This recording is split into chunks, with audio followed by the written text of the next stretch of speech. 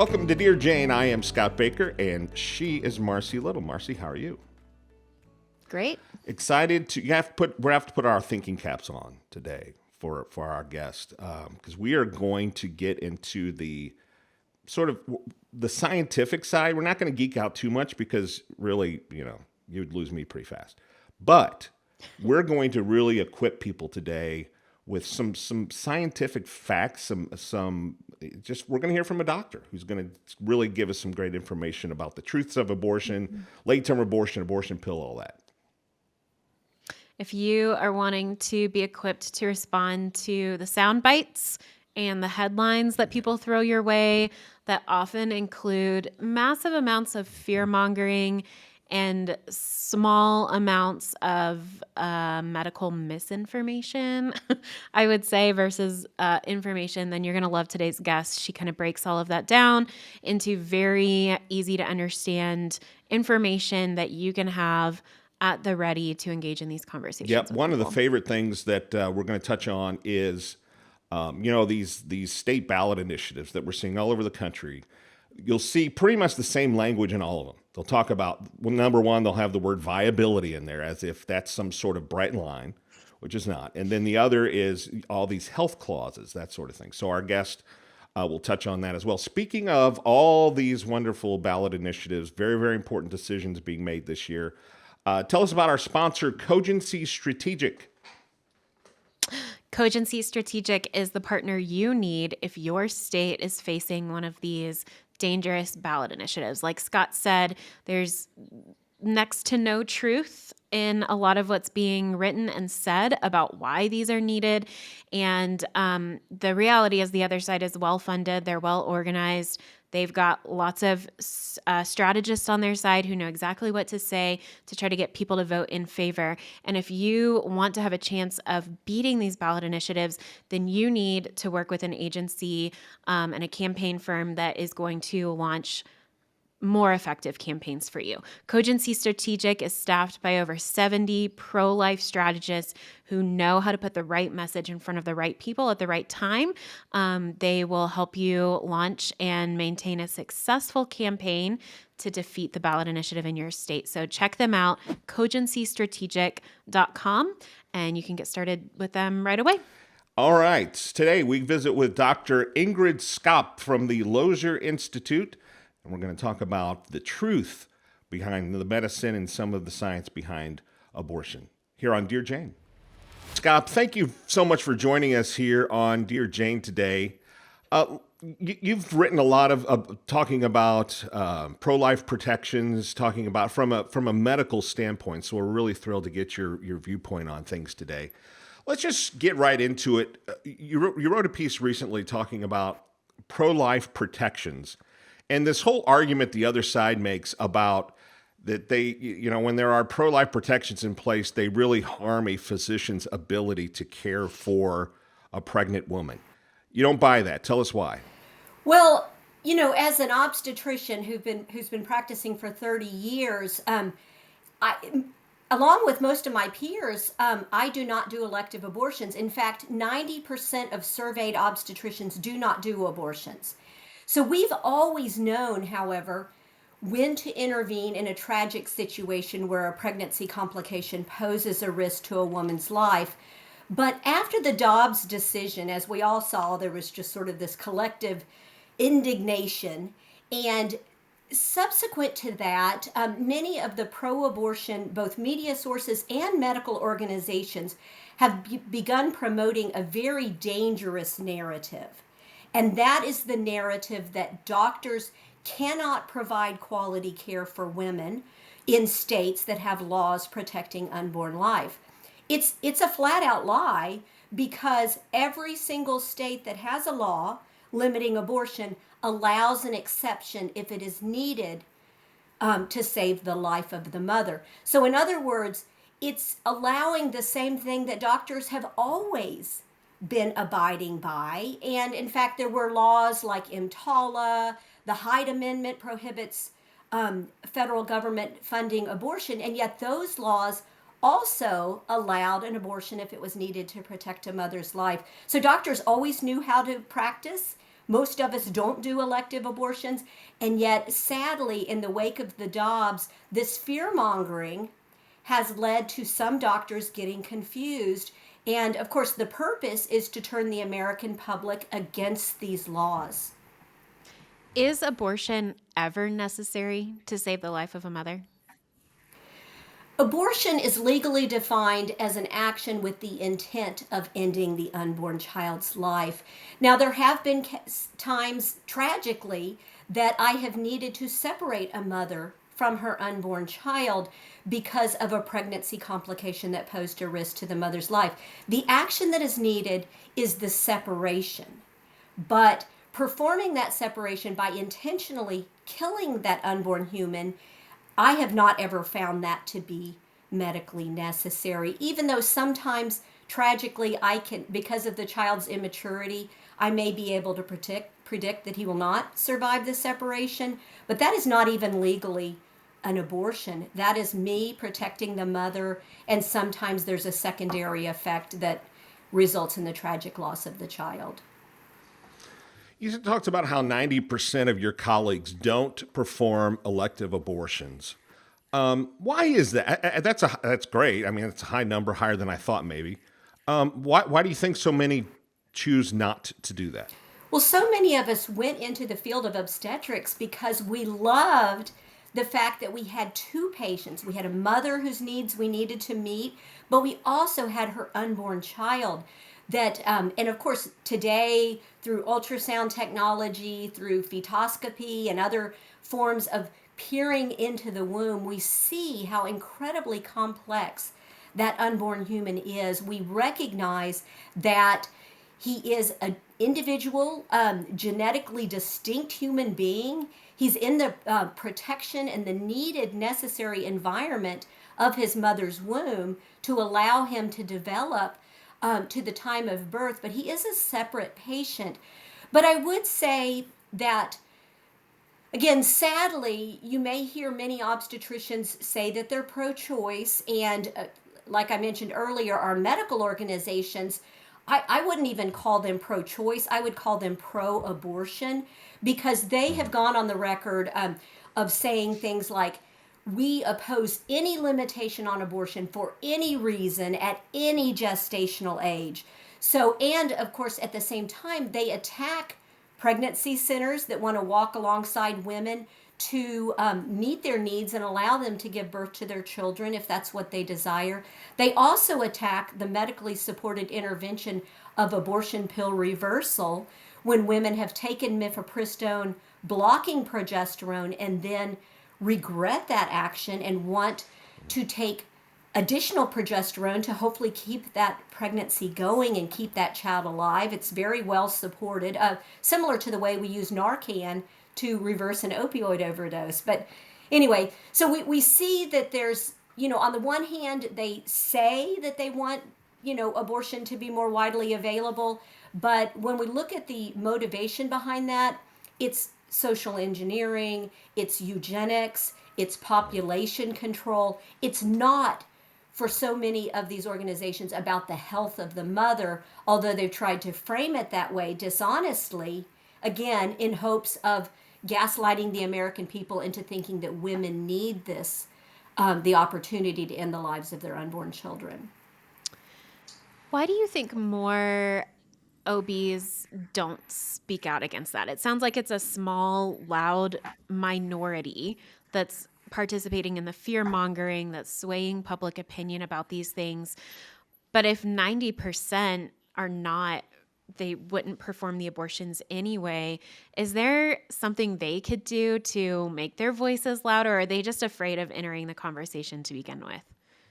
That is an excellent question. And I would say that, again, because for most obstetricians, abortion is not a part of their day-to-day practice. Even way prior to Dobbs, women didn't come to us asking for abortions. They know who performs abortions.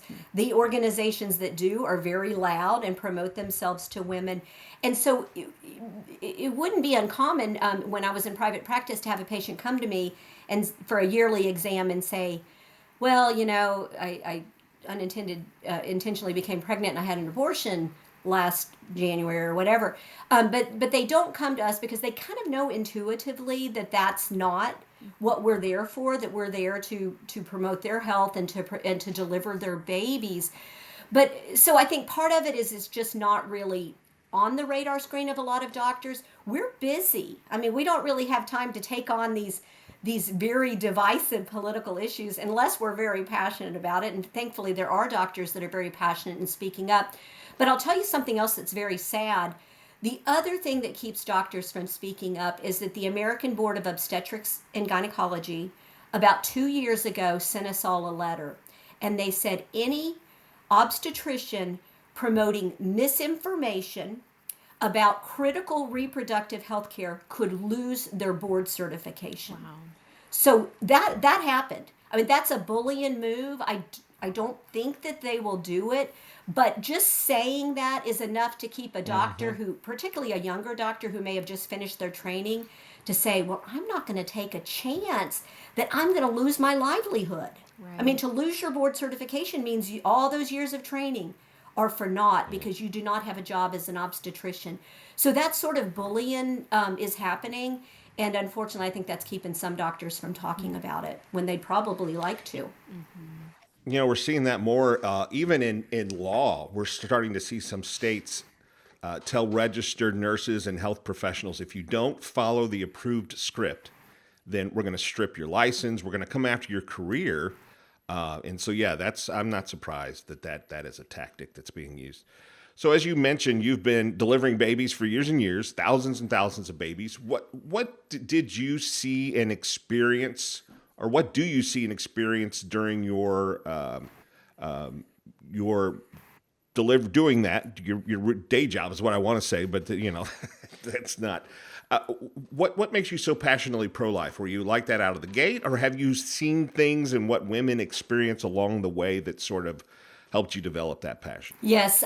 So yes and yes. I was pro-life out of the gate because I was an unintended pregnancy to my parents who were my father was in medical school at the time. So even though it was prior to Roe, people in the medical field knew how to get abortions if they wanted. But happily, my parents came together, got married, subsequently had 6 children, and they now have 21 grandchildren. So they are a pro-life success story. So I came from that background, but over time, as I've cared for women, I've recognized that women are hurt by abortion far more frequently than the abortion industry tells us. As I would have conversations with women, sometimes it would just be, not just because this is a horrible thing, but it would be regret, guilt, angst about an action that maybe they'd taken 20, 30 years ago, the regret.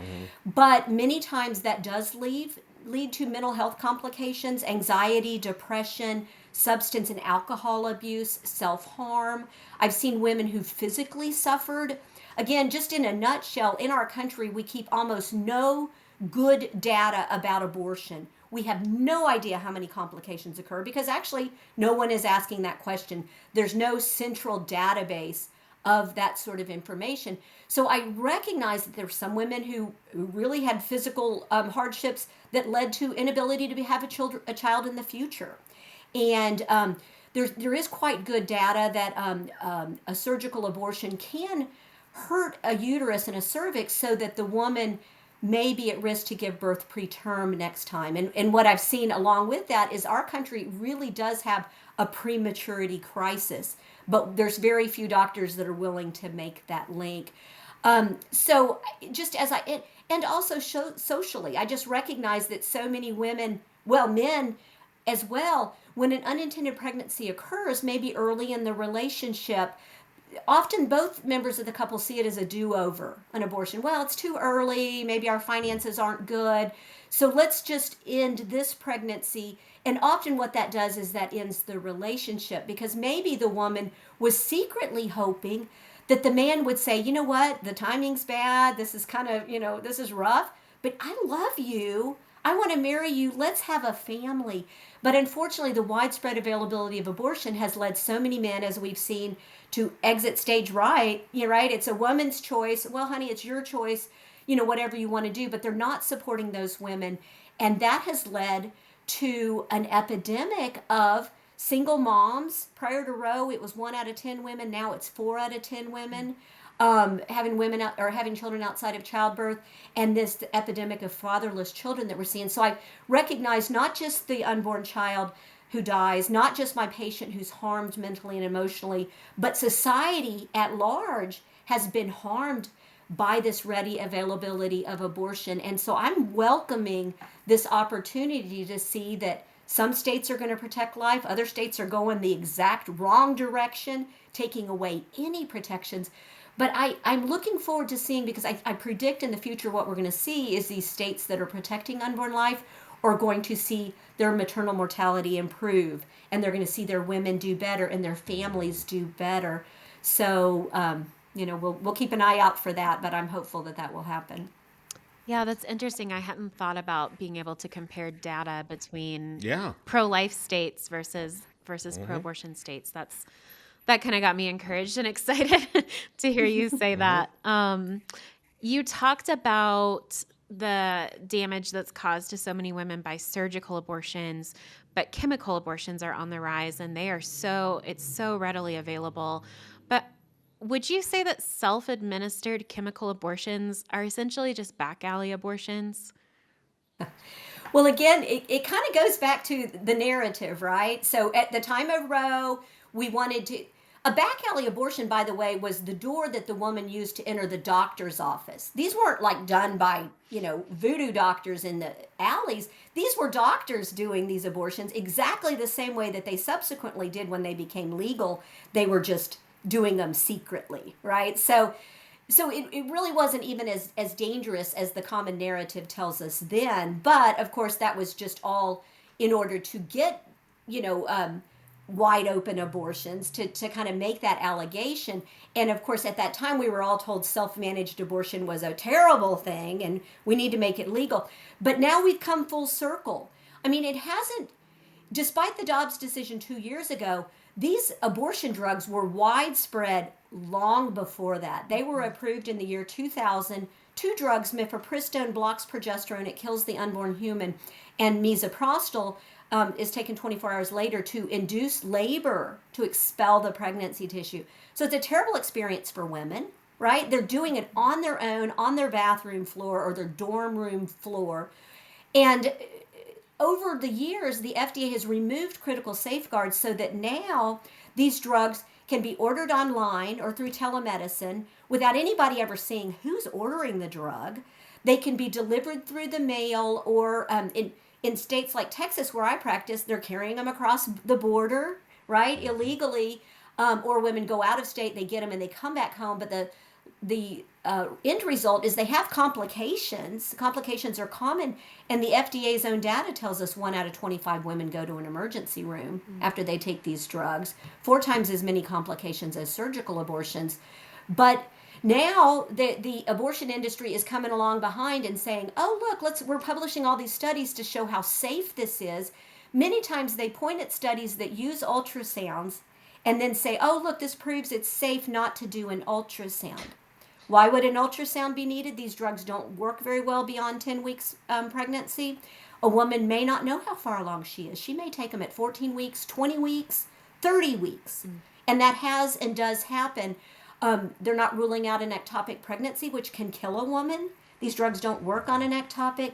So yeah, you hit the nail on the head. Like they've kind of reversed all the messaging. Whatever's politically expedient at the time is what they'll say. But they tell these poor girls, they're in a crisis, they don't know what to do, and they say this is safer than Tylenol, this is natural, like no big deal, and they send them home to self-manage their own abortions in their crisis. And many of these young girls see their babies. Wow. So they're creating, who knows what the emotional mental health crisis that's going to follow this is going to look like. But the abortion industry does not care. Their goal is the dead baby. If the women suffer, they are collateral damage, and they really don't care. I noticed on the Mayo Clinic website, they just updated the number of weeks in which it's safe to take the abortion pill. So I think it previously used to say through 9 weeks, and now it says through 11 weeks. What are the potential health risks? I understand that mifepristone isn't as effective after 11 weeks, but are there like health concerns for a woman to take those drugs after 11 weeks? Yeah, and isn't that interesting? Like, so the FDA initially approved it for 7 weeks, then it got extended to 10, but the studies only looked up to 9. So that's where the Mayo initially came up with the 9. But Planned Parenthood for years has been pushing the envelope and advertising to 11 or 12, even though it's. And so the point is, the further along we go, the less and less data there is. We do know from very good studies in European countries that if a woman takes these drugs in the second trimester, 4 out of 10 women will require surgery. Wow.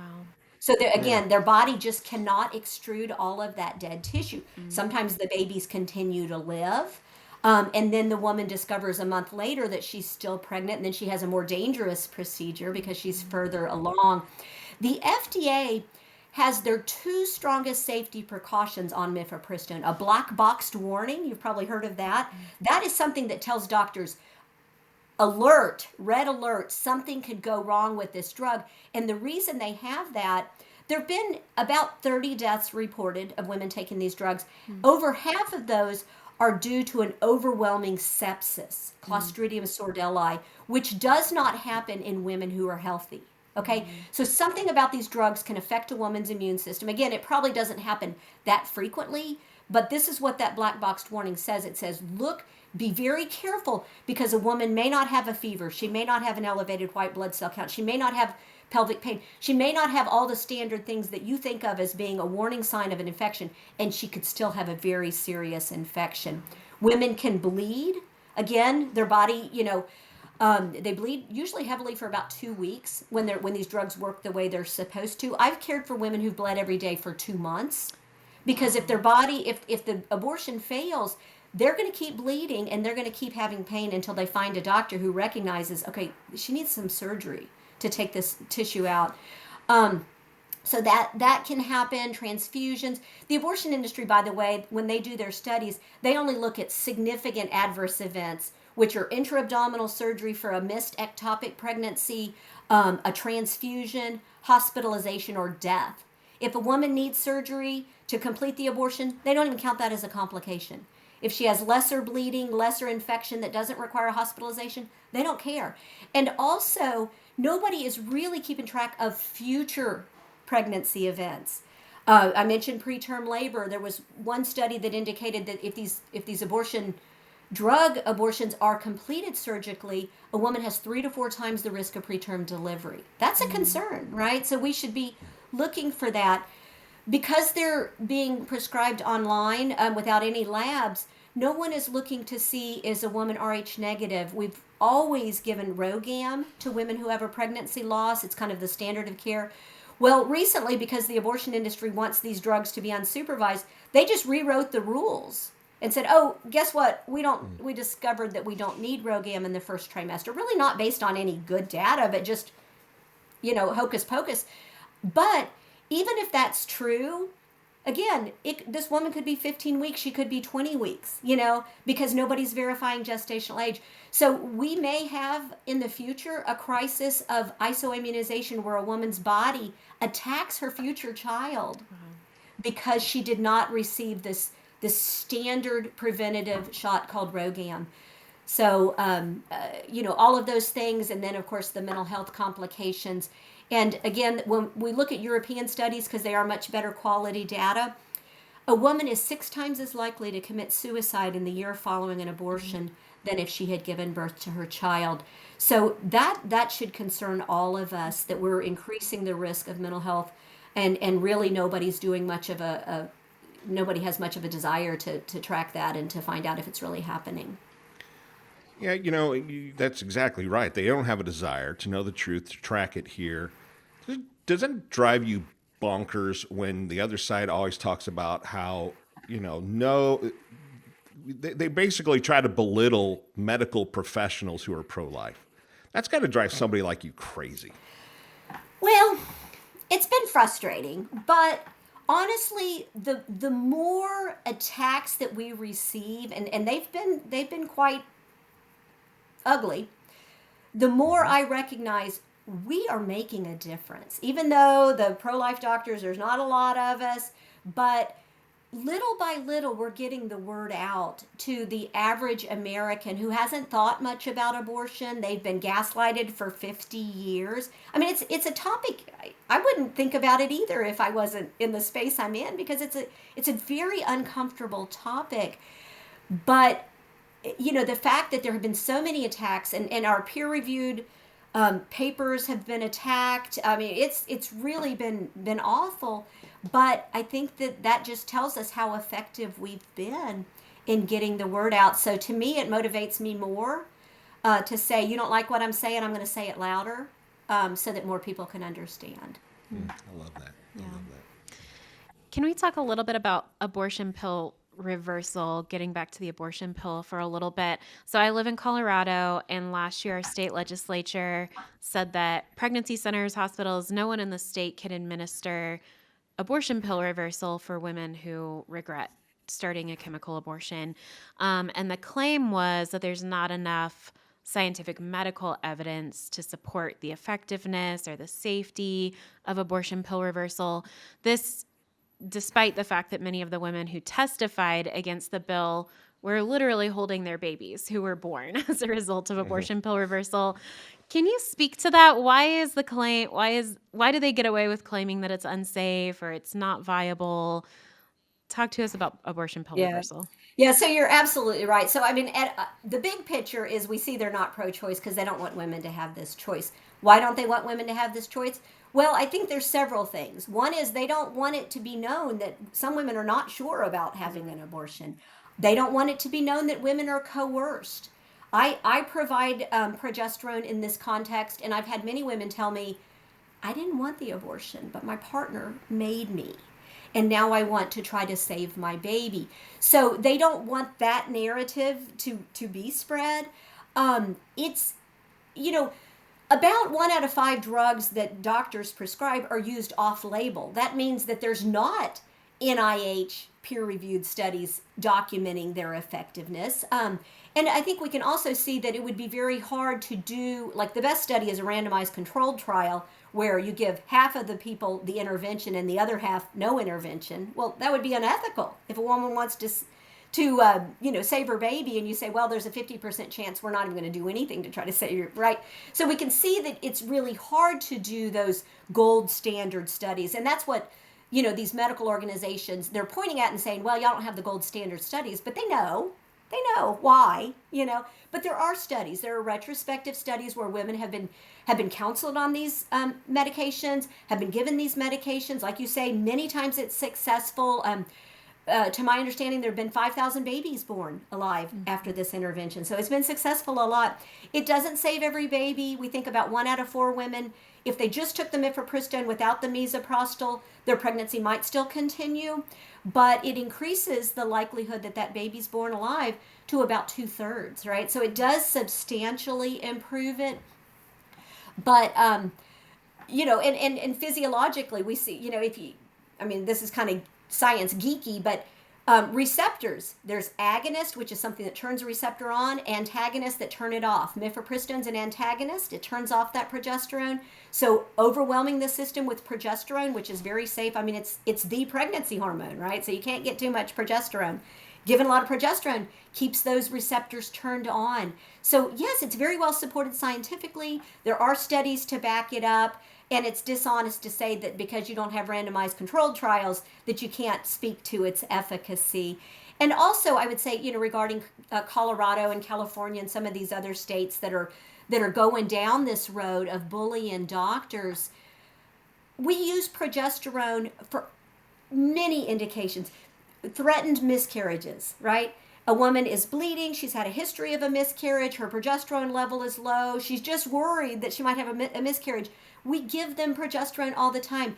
Now she's taken mifepristone and she has a threatened miscarriage because of that drug. And you're going to tell me as a doctor that I can't use my clinical judgment to determine that I can treat that threatened miscarriage with progesterone when I can treat every other threatened miscarriage? So again, we just see that it's It's dishonest, and they're counting on the fact that either doctors won't talk about it or won't, like me, speak up. But obviously, we're going to continue to speak up because we want women to be able to have the option to save their baby if they change their mind. Yeah, I thought their goal was they didn't want politicians coming between a woman and her doctor, but that's exactly It what just they've depends done. on the Yeah. on the topic whether they want them or not. Yeah. And I appreciate you really detailing, explaining the science and all that for Marcy. I mean, I knew all that, but I'm glad that you did that for Marcy so she can understand all that. So you mentioned the term earlier, political expediency, which is exactly right. As we look at some of these state constitutional amendments and some of the debates after Dobbs, we keep seeing all these proposals with health exceptions, right? And so that's somehow, or the big term is viability, until viability, and that's supposed to provide some sort of cover for saying, well, see, there's going to be still significant limitations and that sort of thing. That's a nonsense, of course. Help people understand why these health clauses aren't all they're cracked up to be. Yes, thank you for that opportunity because we saw particularly in Ohio. I mean, that was a pretty pro-life state, and yet somehow they voted for this ballot initiative. And the way it was worded was very dishonest. It said, this will make sure that doctors can treat miscarriages, that they can treat ectopic pregnancies, that you can continue to have access to contraception and in vitro fertilization. None of those things were even, no one was ever considering taking any of that away. So really, like you say, I think there were like 7 or 8 things that were listed, but the only thing that they actually were voting on was this idea of abortion until viability. But see, viability does not have a standard medical definition. If I have a woman who comes in and she's bleeding and maybe getting ready to have a miscarriage, and I do an ultrasound, I see a heartbeat, I say, your baby's viable. That means your baby has the potential. It's still alive. Viability, I think most doctors talk about viability as the gestational age where a child can be delivered and can continue to live with support, medical support. So today, that's around 22, 23 weeks gestation out of a 40-week pregnancy, where if we give those babies active intervention, ventilation, a NICU team saying, what can we do to save this baby, many of those babies can be saved. So that's kind of what the American people think they mean. But what these laws actually say in the fine print is that viability is defined by the healthcare provider, and the healthcare provider is the abortionist. And in their mind, viability means, does this child have a chance of survival? They know they're going to kill the baby. They're going to do an abortion. So therefore, in their mind, that baby is not viable. So that's, unfortunately, that's the sleight of hand that people are looking at. And regarding health, and going all the way back to Roe, there was a companion case called Doe v. Bolton that said, like Roe actually said, that states can protect life in the 3rd trimester or after viability. But Doe v. Bolton said that the states had to continue to allow abortion if it was needed for the health of the mother. And health was defined as anything related to the woman's well-being. So not just physical health, which is, of course, again, what everybody thought, emotional health, mental health, financial, familial, age. So essentially what we see, and what we did see in the Roe era, is that if an abortionist wanted to do an abortion at any time in pregnancy, he could just pick one of those well-being things out of a hat and justify it. So it did allow abortions at any time. Now, of course, we see abortion advocates saying they don't happen that late. That's not true. The CDC documents that 1% of abortions in our country, which when we're talking 1 million abortions, that's 10,000 abortions a year, are performed after viability. And independent data indicates that only 1 out of 10 of those late abortions are for life of the mother, fetal anomalies, those things that most people think all late abortions happen for. So about 9,000 babies are killed every year that are in healthy moms, healthy babies, that could survive if they were delivered, and they are killed. And we are one of only 8 countries in the world that will allow an abortion that late. So shame on us. And so if a state doesn't have a law that strictly prohibits that, it can happen. And look at Operation Rescue. They do list the abortionists that do not have gestational limits. And one of them is in Colorado, as I'm sure you know. Um, but so there are doctors that you just walk in and you pay them the money and they will kill your baby even if that baby can survive. And just one more thing about that, from talking to women who've had these late abortions, I can tell you many of these are coercion. These are women who wanted their baby, but 9 months is a long time to say no to a coercive man.